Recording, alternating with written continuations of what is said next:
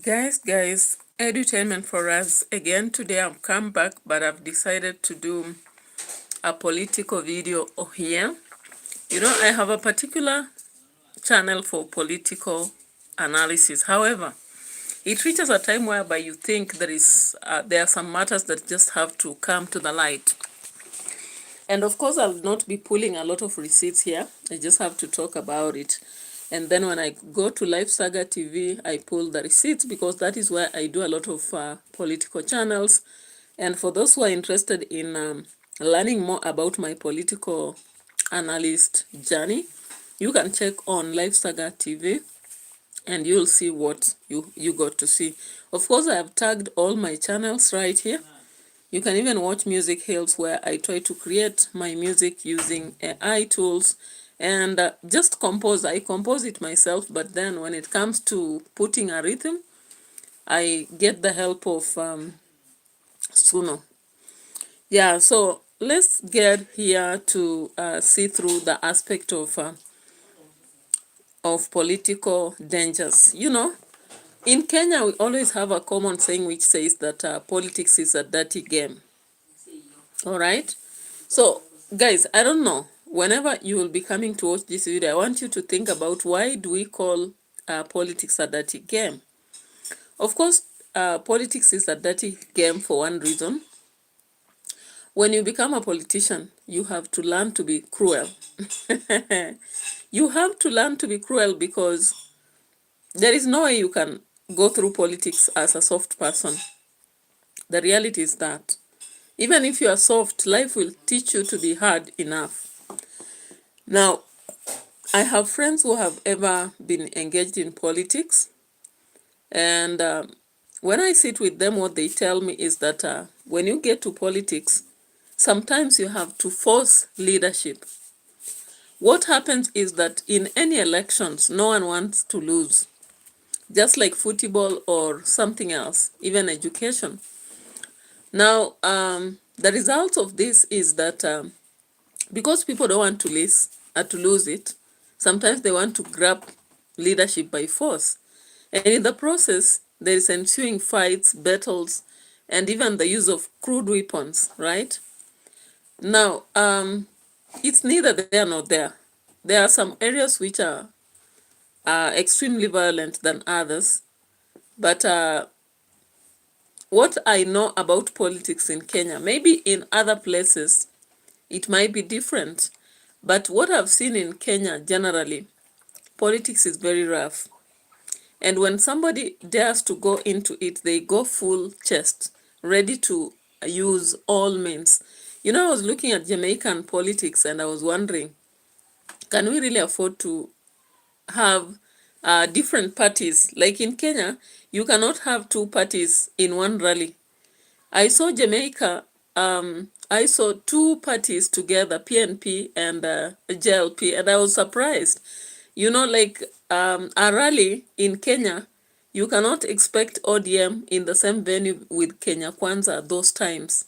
Just like currently, you cannot have the opposition, the united opposition, forces staying in the same place with the government. That is a no in Kenya. Now, this makes therefore the Kenyan politics very cruel, with people targeting even to kill the opponents, sometimes chasing after the supporters, trying to force into, stations and all that. The other reason why Kenyan politics is never friendly, it's cruel, it's because politics in Kenya has become the only ticket to wealth, Like you may be so educated, but education alone cannot get you where you want, especially if you are targeting an aspect of 1, 2, 3 years, right? But when it comes to politics, you find that politicians are finding it easy to actually get what they want. Like in 1 year or 2, they'll secure a lot of money, which they cannot account for, because some of them they are got through clean ways while others are through shortcuts. Some of the shortcuts I'm mentioning here, include projects which are, we call them balloon projects, air projects, projects that don't happen, but at the same time they are paid for, you know. We also have situations in Kenya whereby politicians, through networks, they actually get to travel abroad. And as you heard from Oruoba in one of the videos, when you travel abroad, you may come back with 1 million. Maybe you just spend some few coins and you come back with the rest. Who doesn't want such a life, guys? So such a life then gives a lot of competition, because when you see a politician getting into politics, within 1 or 2 years they have the best vehicle, they have the best houses and all that. Now most politicians, whether you like it or not, they are armed with their weapons. Most of them have guns, and that is why even when somebody gets out of politics, they still can afford to move around with a Prado and some we call them what, bodyguards, right? The other day I saw Chris Wamalwa, who came to our church on Sunday. And while he was living like a king, like he's living a church where God is. It's so funny. Chris Wamalwa was living a church, a place where people have been worshiping and praying. But they left as if they are running. He was being, guarded. Then they direct him to the front seat, and then they speed off before anybody leaves the church. And I was like, you people, you are cheating that you have faith. You are cheating that you've come to worship with us, but you are taking it for granted. What I see is a scared person who is not ready to interact with people. Because I expect you've talked to us in church. Even out there, you can't even greet hands with people. So that is one thing about politics in Kenya. Now, the third reason why politicians are very cruel, the third reason, most of them are crooks. Why? For you to even steal from people paying tax. T.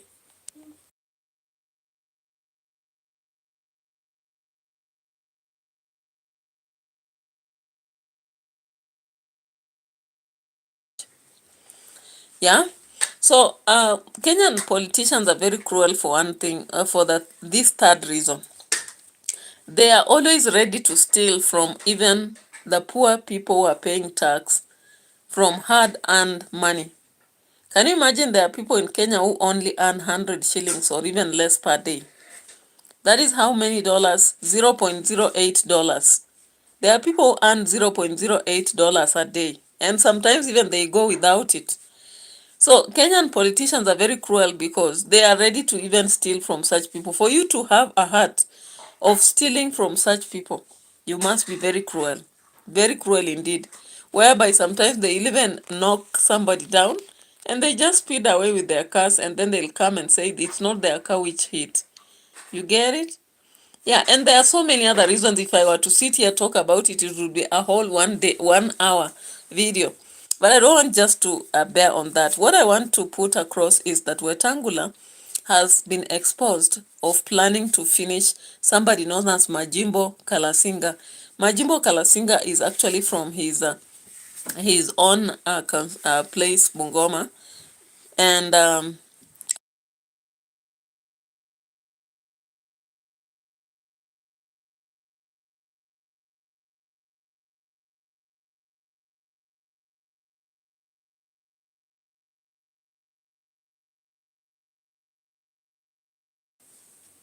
angalia, sawa.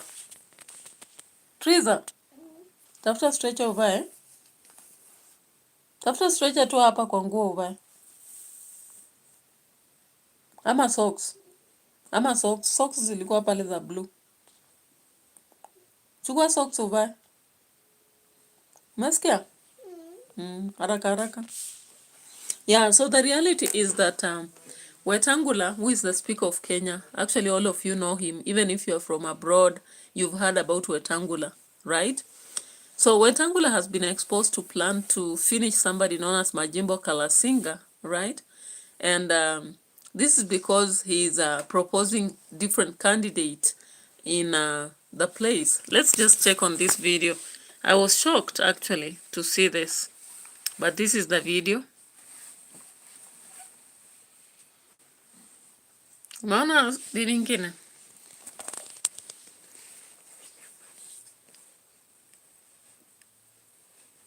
For alleged gun activity. Just put Speaker Honorable Moses Wetangula. Whether you spoke in vernacular, you can't get away with it. You can't get away with this. We can even interpret French into English. We can interpret Jaluo into English. We can interpret Kikuyu into English. I want the security organs to interpret the speech of Honorable Moses Masika Wetangula when he addressed delegates of Kenya in his home in Kandui. In the essence, what he said is, during this by-election of 27th of November, Majimbo Kalasinga, we shall reach the election kama amevuka. Sijui kama ni kuvuka kwenda mbinguni ama kwenda Uganda. Na kura zitapigwa hapa Twele Kapchai Ward. Where I am a voter, I have a right to vote. How does he think that I don't have a right to vote? I should be either in Uganda or heaven, or where he meant. Can he come out clear and tell Kenyans what he meant by saying adavuka ngambo in vernacular, in my language, Ukusu, my party leader? You can't get away with it. It must be explained. So you see, actually, Majimbo Kalasinga was addressed by Wetangula through a function that happened at Wetangula's base. And Wetangula was indicating that this guy, during election, he will have, flown in terms of, if I was to say that in my own language or Kiswahili, it would sound clearer. So vamoosed anyway, or disappeared, So he was suggesting that when elections come, he will have disappeared. So that is to insinuate cruelty, right? Away from that, there was an attack on Pepe in Kitale. And I'm asking, like now, to address enough. We also saw Ford Kenya goons dispatched to attack and possibly kill Pepela at Kitale Club simply because he has... Yeah, so Pepela at Kitale Club was also attacked, and the goons who were sent possibly are insinuated to have come from Wetangula zone because he keeps attacking the governor, and not the governor but the speaker. Now let's just see this video. And if you know, Chris Wamalo was the MP of Kiminini. He had to intervene with his own gun for him to save this. And that is why I'm telling you, it's very difficult for you to be a politician in Kenya and be soft. You need to be tough. You need even to have these tools. I don't know. Just look at this.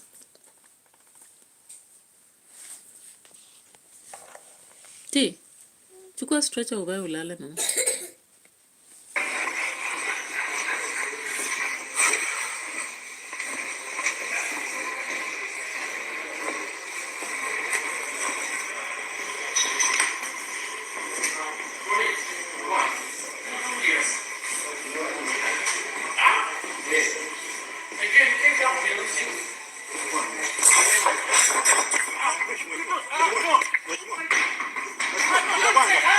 You are not fighting. Wait.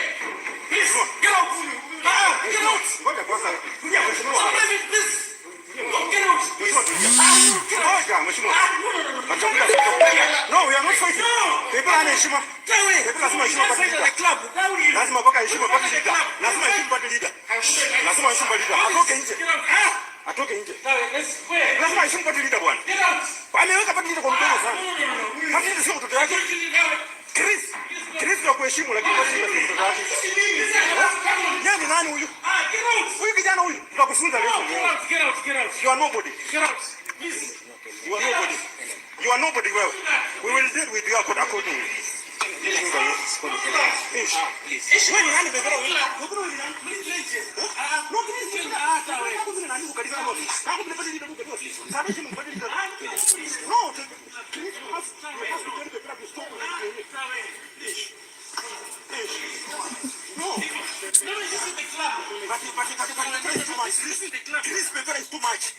Why is there two party leader?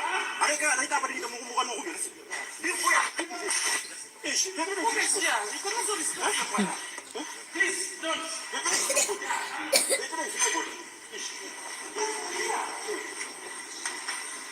All right, so you see that kind of attack that happened at Kitale Club in Kitale, and this was in relation to the possible aspect of Pepela talking about Wetangula, the speaker. So you can see these goons were not even afraid to mention why they are attacking Pepela, and they wanted to actually kill him, save for Chris Wamalo, who had to actually intervene the situation. So this tells you that Kenyan politics is fire. It's not a joke. When you come about maybe to speak about it or even talk about somebody's mistakes, you have to be ready for it. All right? Yeah. So it's not a joke. And maybe just something else here.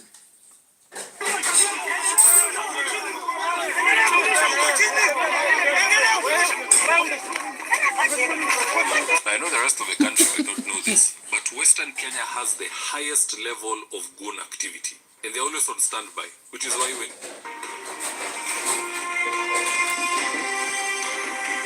Again, we want leadership from the likes of Wetangula and others, not worship. And if we do that, we might just have a better country. Yeah, so just as established or rather shared by other analysts such as David Wafula, among others, it is very important that Kenyan politicians cease from goon behavior.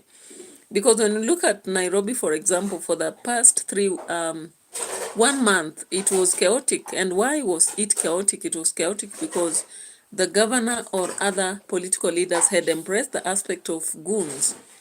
And once you embrace goons, they'll not boycott. They'll not part from that. They'll not purge, you know.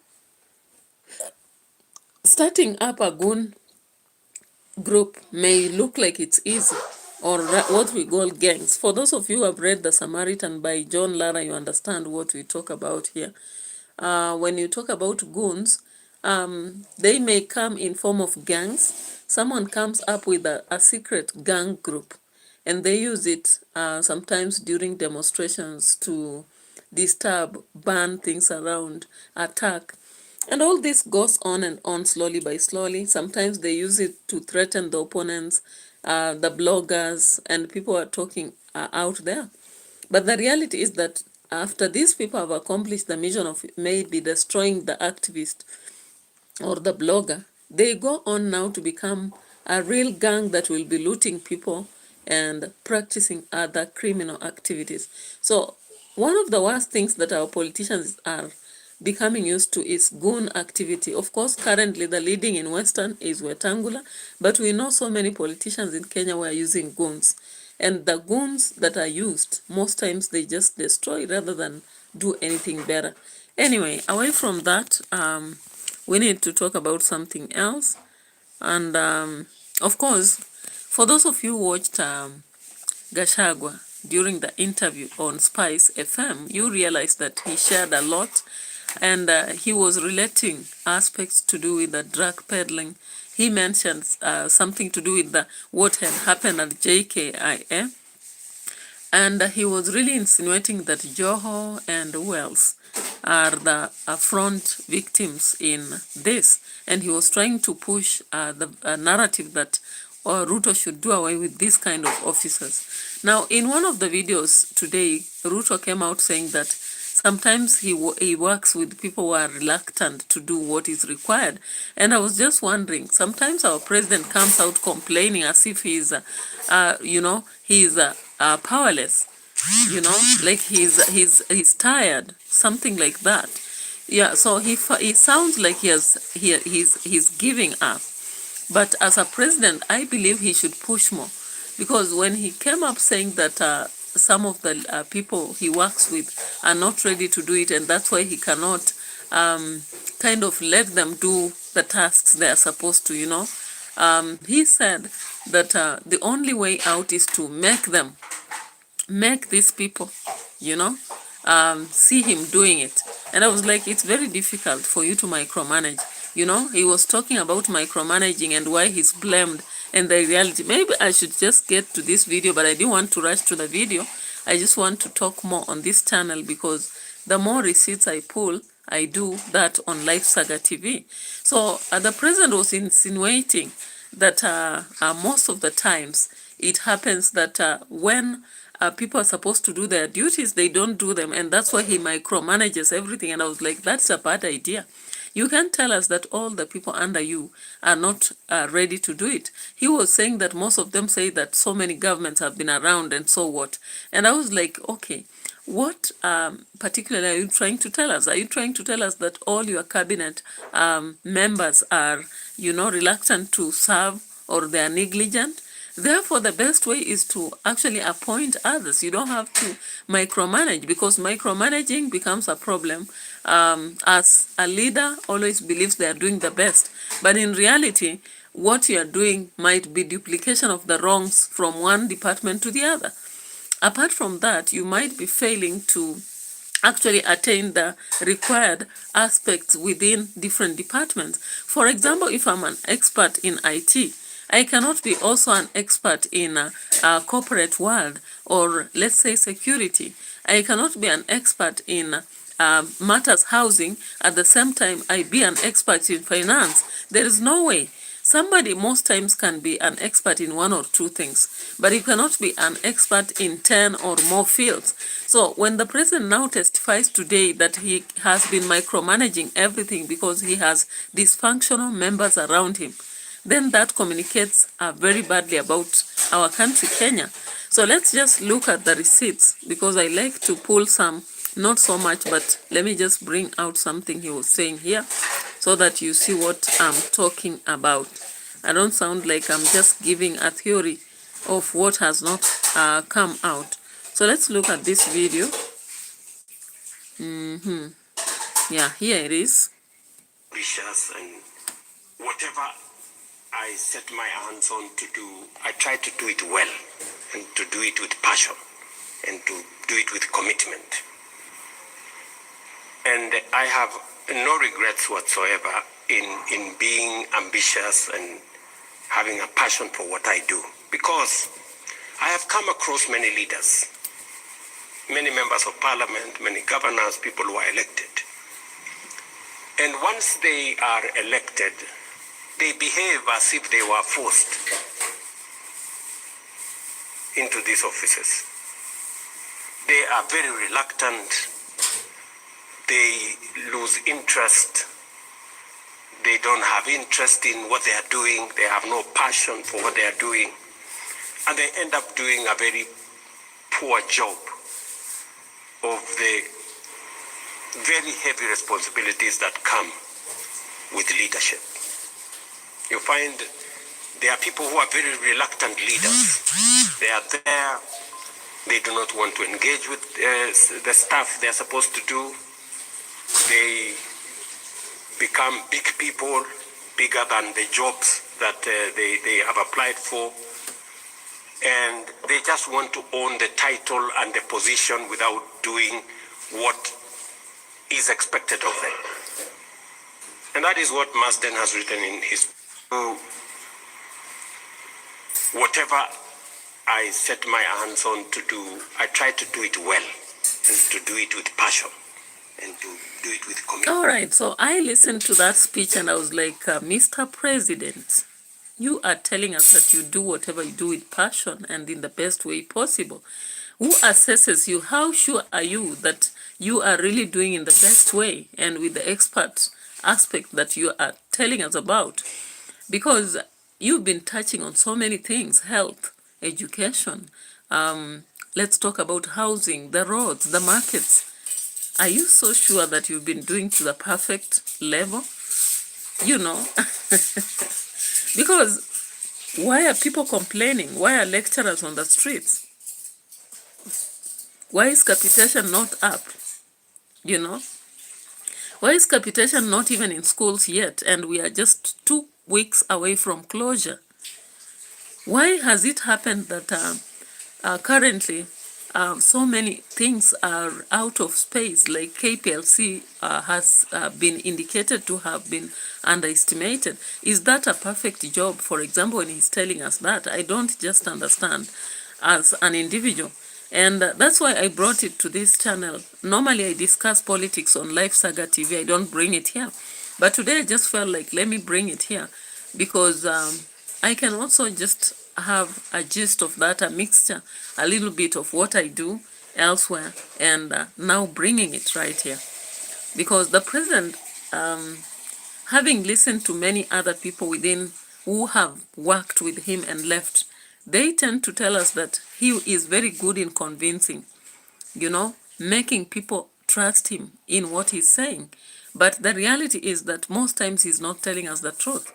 Because if he has passion into what he does, he should also be giving opportunity. You can't tell me that all the governors in the entire Kenya are unwilling to work and they only own position, but they don't deliver. I don't think so. Out of 100 people, at least you can have even 20 whom you can trust and actually they are willing to work. You mean in Kenya all the leaders? That's very satirical. Yeah, that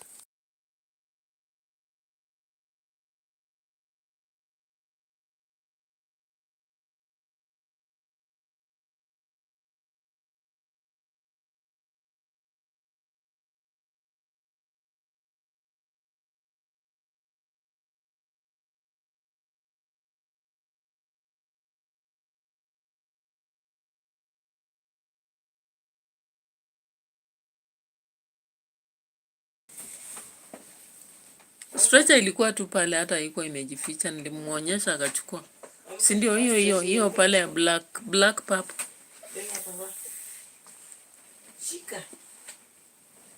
Yeah, all right. So I'm trying to understand these things, and sometimes that's why politics becomes a very difficult thing, or rather our leaders become something very challenging to understand. Canadian Prospect says he speaks the truth. I mean, look at corruption.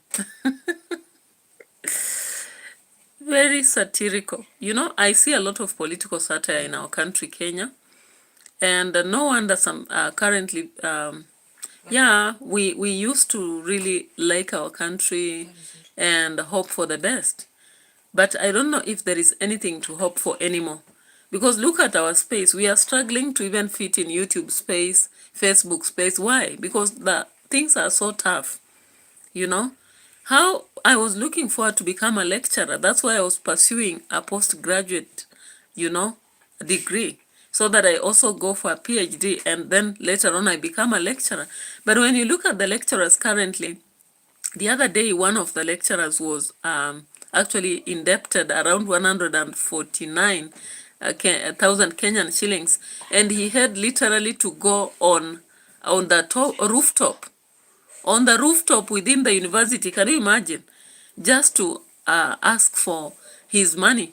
Why? Because things are so tough. Things are so tough on the ground. Actually, anybody who has been running business in Kenya, even if it's a small business now, understands the difference between 2025 and maybe 2022. There's a great difference. Great difference. The struggle is real, You even, if you dare give a debt somewhere, I have schools which are owing me up to 2 years. I gave them books on debt. I've waited for the money. I don't know whether I should wait until Jesus Christ comes back. I'm not so sure. But the capitation comes in bits, sometimes too little. It delays. The schools have so many debts that when they come to paying, they opt to pay some debtors and leave others out. So you even become as someone who has who is actually being owed by a school, you get tired. You use a lot of fare until you get tired to go to the places, So when I look at what our president is saying, I don't know, because I don't know, because I don't know what he stands for. What is his philosophy? During Moi time, we used to have Nyayo filosofia njema, yenye amani na upendo tele. Then it came to Kibaki. Kibaki was corruption, no corruption. Then it came to Uhuru Kenyatta, I don't know Uhuru Kenyatta what he stood for. I can't even understand. Now Ruto is also here. All he's doing is to struggle and try to justify that he's a two-term. Instead of actually serving the citizens, he is there trying to prove beyond any reasonable doubt. I think if you look at this video, he is using a lot of effort to explain as if he is a reactor. As if he is a reactor. When you look at his face, he's using a lot of effort to explain what he can do, you know, his ability. You remember the other day he was telling us that he has he's the most learned president. He was saying that he does the best, that Kenya has never had the best, you know, president and all that. And I was like, should you be the one to praise yourself or let citizens do? If you are the best leader, you let the citizens do. If you're the best leader, you just let the citizens mention what you've done. You don't have to prove beyond reasonable doubt everywhere you go about what you've done. And again, you shouldn't be choosing for citizens what they want. Let them suggest what they want. Then you call them for a meeting and give them, why are they calling like people in State House and giving money? What are the kickbacks for? Because if you are genuine about your service, you don't have to give anybody anything, you know. Anyway, Gachagua, as I've said, went ahead to really do a bombshell after bombshell. He talked about the aspect of ODM cheating, that it is the opposition who reported the case of sickness for Raila Odinga. And of course, Gachagua said if Raila Odinga is not sick, let him just do some activities and people will keep quiet about it. And he denied that he did not talk about anything. In fact, he didn't know until he saw them on the media. He also came about to show the aspect of drugs in Kenya. And I was surprised actually when I saw today, something about Dimango and the marijuana. I was like, is she crazy? Because she's coming up with drugs at a time when politicians are talking about it. She might be in hot soup, you know. And he also talked about the aspect of KPLC, which is being undervalued so that it can be sold. Of course, we understand matters of undervaluation. Some politicians with interest in some organizations do undervalue, and there's a big network around it. You can't lie that it's one person. It's normally a network of people, maybe the person in charge of corporates, or let's say such organization, also energy and all that. It's a network of people who know how much they're going to earn from this kind of sell, where they want to sell off KPLC to a private investor. It's never easy. So undervaluation, normally they underquote, but they know on the ground what they'll be given, and out of it they'll make a lot of money, you know. So is that really what he's saying he's been doing with passion? You know, they always say when the hyena wants to eat its children, it accuses them of smelling like goats. And that is a proverb I've come to understand, because I've interacted with people.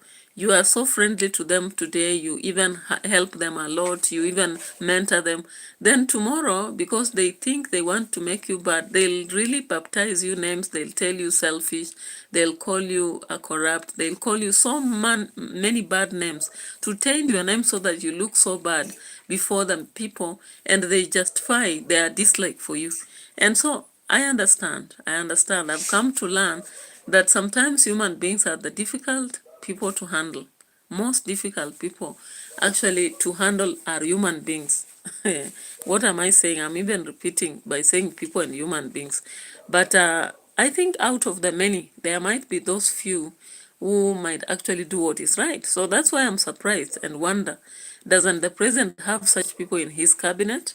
Is he telling us that all the governors, senators, and MPs and MCAs are rot? Full of rot? Maggots all over the places? I don't know. Now let's listen to SIFUNA here in Parliament. Teresa, remember? The distinguished Senator Catherine Moma in order to misrepresent facts. If indeed she's a daughter of this community, and which I know she is, Mr. Speaker. Now, what standing order? 105, Mr. Speaker.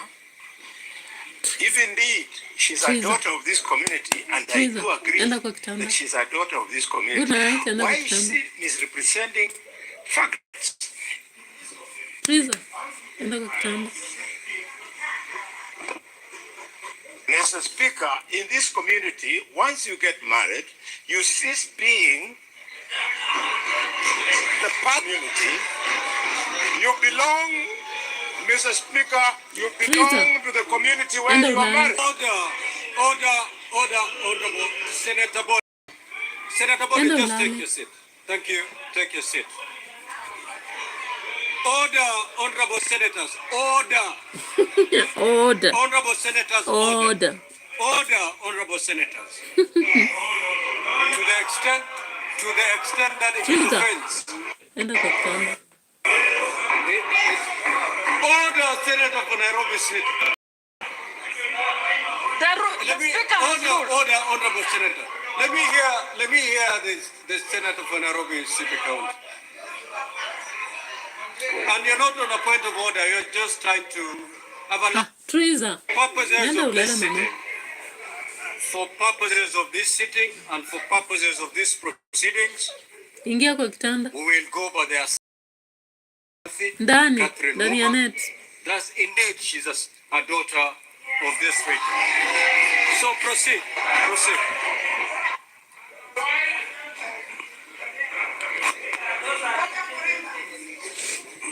She has temporarily relocated to another region, but she remains the daughter of this region. Proceed, Honorable Catherine. Mr. Speaker, thank you so much. To make a comment on the statement sought by Connect, Honorable Mama. Tata on the ring road around Lake Victoria. Mr. Speaker, sir, I'm checking on something that was discussed in Parliament. Mr. Speaker, this road, speaking about this road, started immediately after independence. And Mr. Speaker, Where is this? Mr. Speaker, the road was supposed to be accomplished with a comprehensive... Because I do not think that culturally you have powers to determine what is culturally right amongst the people of Mulembe. Honorable Speaker, with due respect, when we come to the Mijikenda, then maybe you are an elder there. Together with one, I think is dangerous territory, because the next thing I'll be told that my wife does not belong to me. Honorable Speaker, she belongs somewhere else. I think let the elder Khalwale guide us on this one.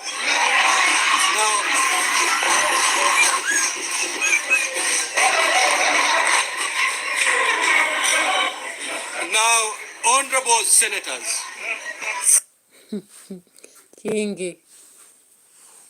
Amazon Kingi.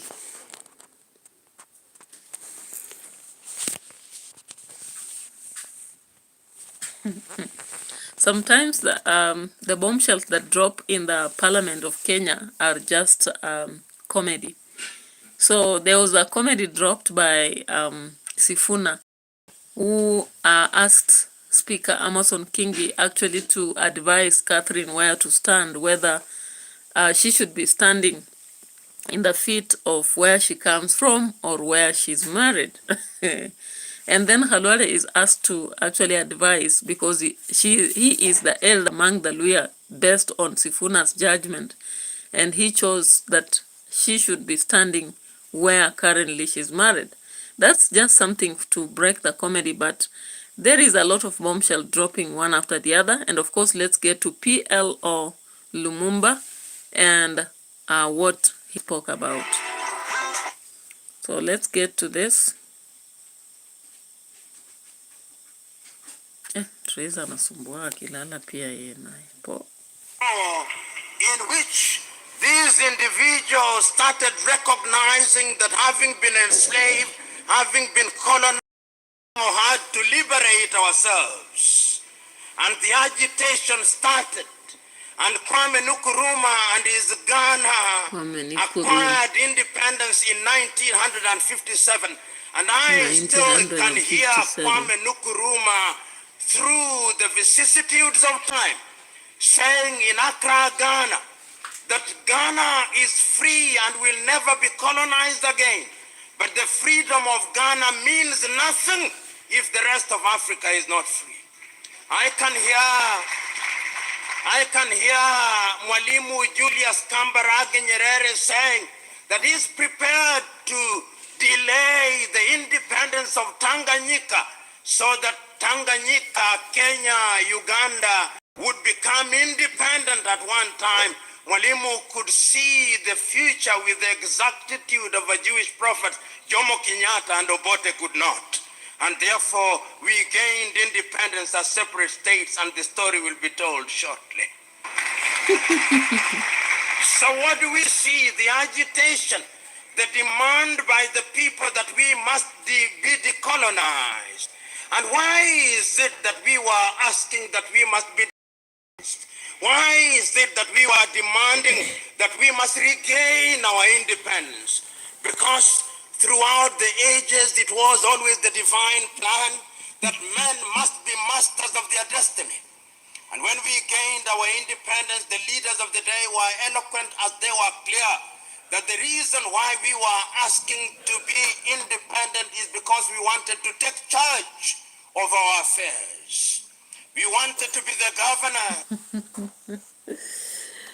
Oh, so Pierre Lumumba is actually asking for the space that we occupy currently as maybe Africans. Let's say Kenya, Tanzania, Uganda, and many other countries in Africa. Do they have decisions about their countries, or do they have decisions made from elsewhere?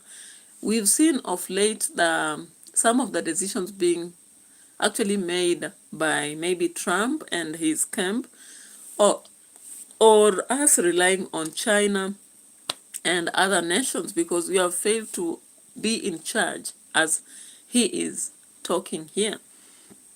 Now he went ahead to ask, where are our manners? Our young men and 8 independent African countries met on the Osagia for Kwame Nkrumah was clear. When 32 heads of states and government assembled in Addis Ababa, Ethiopia, there were several speeches, but 3 speeches stand out. Kwame Nkrumah's speech, Mwalimu Kambarage Nyerere's speech, and Emperor Haile Selassie's Haile Selassie. Haile Selassie was the host. And his inimitable style, he reminded the congregation who are present in Africa Hall in Addis Ababa, Ethiopia, that was a momentous occasion. And that the long-term health of Africa not only required but demanded that Africa must pull in the same direction, Haile Selassie said. Of it is that So, of course, here, Pierre Lumumba likes referring a lot to Haile Selassie and Kwame Nkrumah and Julius Nyerere because they were legends in Africa. Canadian Prospect says, I do not like Pierre. Why? Is it because the kind of vocabulary he says, or his ideologies, or is it because he uses, political, let's say historical political discussions in his talk? What makes you not like him, maybe? Okay, most times for me, I'm open to listen to, including Klukan, and let's say this guy, that speaker, I Have a Dream too. I Have a Dream. Yeah, I like those people, just listening to them at some point, based on the context. So currently, of course, what is happening in Kenya, there's a lot to do with the kind of leadership and the ideologies that are running around. And of course, when you look at that speech, it applies to that because in context, it actually brings sense. Maybe in other situations it may not, but he addresses the elite, have no connection. Maybe he chose to incline himself to that level so that he only addresses a specific audience. Like, I don't know if you have ever read, there is this writer from Nigeria. He was known as Professor Wu. He's written a lot of plays, and there is a point whereby he came to Kenya and came to our university, and we were asking him, whom do you write your poems for? And he said, I write for the audience, and the audience will understand are the ones I write to. So for those who will not understand, I'm so sorry. So, you know, sometimes as we have people who just choose a certain way of doing things because maybe they're addressing a certain audience. And maybe some people may not actually connect with him, but maybe to his level, he may have just decided that. And somehow maybe it has made him survive, because when I look at this guy, he's known as who? Let me just check. I don't know why I'm forgetting his name. Martin Luther. When you look at Martin Luther King, the way he used to address people was very different. When you look at, who else? Kung Klan, I don't know if you know anything about that. And you look at Julius Nyerere used to address people, but only those who understood Kiswahili would actually connect with him. South Africa, we had a leader there who could address anybody. Of course, anybody would understand him. We have who else? In Kenya, we have this guy Mutua. I don't know. Mutua connects with everybody, I think. But it just varies from different levels. Maybe how you get to follow. But sometimes I just kind of understand when I contextualize whatever he says, I get to connect with a given context. Anyway, we can get to another different person.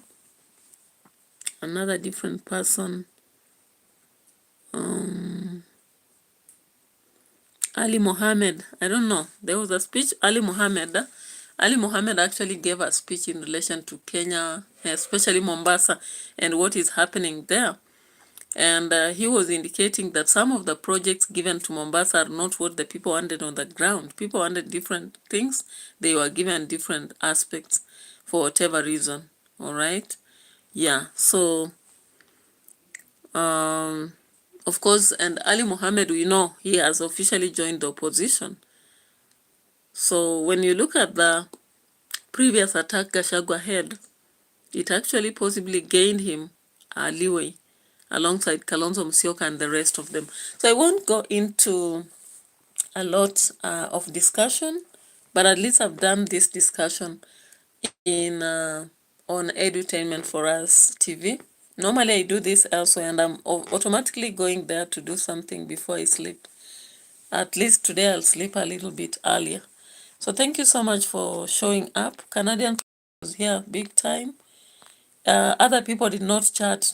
They were coming, disappearing. But I appreciate all the same, because if anybody watched even for 2 minutes or 3, that's great of you. But keep up supporting us. We need to grow. We are really battling with those watch hours. We are almost reaching 4,000. But sometimes, if you don't really work, you may be surprised that time flies and you don't get to your goal. Yilmaz, you've just come in. Maybe you'll go back and watch my video from the beginning. Because I'm almost finishing, but thank you for showing up all the same. So you can still go back and watch my video. I'm so fine, and today I'm trying so that I sleep early. I've been sleeping late so much, and sometimes it makes you so tired. And so today I'm just trying to see whether I can sleep maybe at exactly 10 instead of delaying. So you can go back and watch my video from minute 1, and I'll be so appreciative of your support, Yilmaz. But thank you so much. Canadian Prospect was here all throughout, and actually enhancing the discussion and all that to allow us to actually have watching. Thank you. Bye-bye.